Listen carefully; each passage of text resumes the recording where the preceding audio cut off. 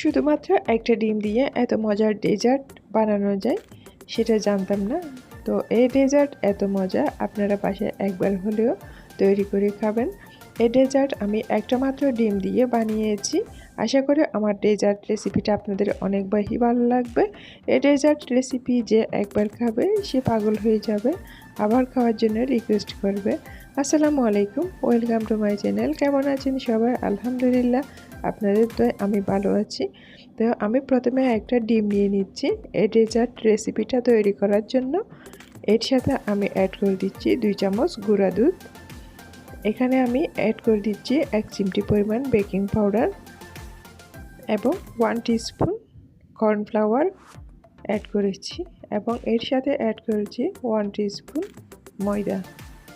এই সব উপকরণ দিয়ে আমি আজকে ডেজার্ট রেসিপিটা বানাবো। এখন একটা স্প্যাচুলা দিয়ে আমি সব কিছু ভালো করে মিশিয়ে নিচ্ছি।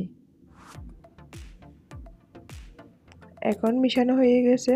এর মধ্যে আমি আরও 1 চামচ গুঁড়া দুধ দিয়ে দিয়েছি। গুঁড়া দুধ দিয়ে আমি আরও একটু ভালো করে স্প্যাচুলা দিয়ে মথে নিচ্ছি। আমি এখানে কোনো হাত লাগাচ্ছি না, এটা স্প্যাচুলা দিয়ে করলে সব থেকে বেশি বেটার হয়।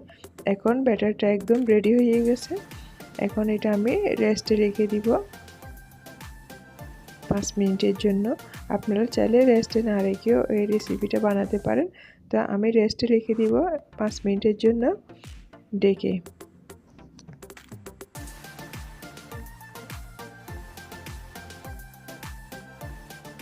5 মিনিট পর ফিরে এসেছি। এখন আমি চুলায় এক পাশে দুধ বসিয়ে দিয়েছি। দুধটা আমি কুসুম কুসুম গরম হওয়ার জন্য মিডিয়াম টু লো হিটে রেখেছি এবং ব্যাটারটা দেখতেছেন এটা নরম থেকে আর একটু শক্ত হয়ে গেছে। আমি হাতে একটু ঘি লাগিয়ে এভাবে এরকম করে শেপ দিয়ে নিচ্ছি। আপনারা চাইলে সেটা চামচ দিয়ে এক চামচ করেও দিতে পারেন। তো সেক্ষেত্রে যেই কনসিস্টেন্সি সেটা বোঝানো অনেক মুশকিল হয়ে যাবে। তো যদি আপনারা এমনি ঢেলে দেন সেক্ষেত্রে এটা তলানি দিয়ে লেগে যাবে, যার কারণে এটা একটু শেপ দিয়ে নিলে এটা মিক্স হতে একটু সুবিধা হয়। এখন সম্পূর্ণ ব্যাটার দেওয়া হয়ে গেছে, দুধের মধ্যেও ব্লক উঠে এসেছে। এখন আমি এটা নেড়ে চেড়ে একটু ভালো করে কুক করে নিচ্ছি। একটু টাইম নিয়ে চামচ দিয়ে এভাবে একটু নেড়ে চেড়ে দিতে হবে যাতে তলানি দিয়ে লেগে না যায়। এটা অনেক বেশি ঘন হয়ে গেছে, যার কারণে চামচ দিয়ে না নাড়লে এটা পুড়ে যাবে। তো আমি এভাবে এটা কুক করে নিচ্ছি ভালো করে। এটা ভালো করে কুক করা হয়ে গেছে। এখন এটা আমি চুলা থেকে নামিয়ে নিচ্ছি। নামিয়ে আমি একটা ডিশের মধ্যে ঢেলে নিচ্ছি। ঢেলে এটা আমি ঠান্ডা হওয়ার জন্য অপেক্ষা করব। ঠান্ডা হওয়ার পর আমি 2 ঘন্টার জন্য ফ্রিজে রেখে দিব। আপনারা চাইলে এটা ডিপ ফ্রিজও রাখতে পারেন, আবার নর্মাল ফ্রিজও রাখতে পারেন। নর্মাল ফ্রিজে রাখলে 3 থেকে 4 ঘন্টা রাখতে হবে, আর ডিপ ফ্রিজে রাখলে 2 ঘন্টা রাখলে বেটার হবে। এটা আমি ডিপ ফ্রিজে রেখে দিচ্ছি। ডিপ ফ্রিজে 2 ঘন্টা রাখার পর এখন আমি ফিরে এসেছি। এই যে এটার কনসিস্টেন্সি এটা একদম এখন খাওয়ার মতো উপযোগী হয়ে গেছে। এখানে আমি কর্নফ্লাওয়ার দিয়েছি, যার কারণে এটা শক্ত হয়ে যায়।